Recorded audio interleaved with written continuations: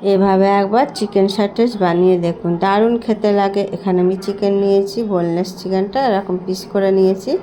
এখানে অর্ধেক পাতিলেবুর রস দিয়ে দেবো, দিয়ে খুব ভালোভাবে চিকেনটা একটু মাখিয়ে নিতে হবে। তারপর দিয়ে দেবো স্বাদ মতো লবণ, আর অল্প দিয়ে দেবো গোলমরিচের গুঁড়ো, আর দিয়ে দেবো কাঁচা লঙ্কা, রসুন আর ধনেপাতা বাটা। এখানে 1.5 চামচ মতন দিয়ে দেবো। দিয়ে চিকেনের সাথে খুব ভালোভাবে ম্যারিনেট করে নেবো। ম্যারিনেট করে আধা ঘন্টা মতন রেখে দিলে আরও খুব ভালো হয়, খেতে দারুণ লাগবে।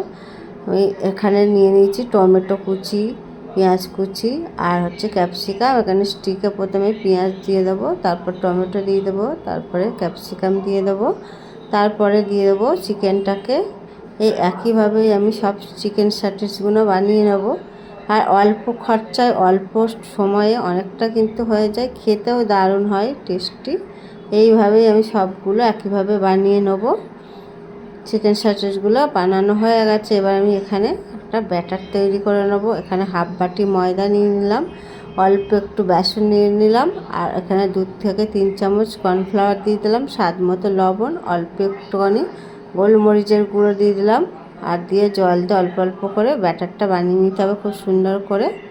ব্যাটারটা ঠিক এরকম বানিয়ে নিয়েছি। এবার এখানে দিয়ে দেবো অল্প একটু বেকিং সোডা দিয়ে দেবো। বেকিং সোডা দিয়ে আবারও খুব ভালোভাবে মিক্স করে নিতে হবে।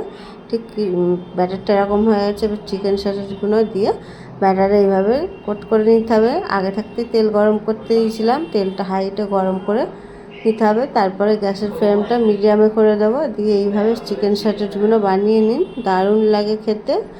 একদম রেস্টুরেন্ট মতন ঘরে বানিয়ে নিতে পারবেন, দারুণ লাগে। সামনেই পুজো, এরকম বাড়িতে বানিয়ে খেতে পারেন, খুবই দারুণ লাগে। এই একইভাবে সব চিকেন স্যান্ডউইচগুলো বানিয়ে নিয়েছি। রেসিপিটা ভালো লাগলে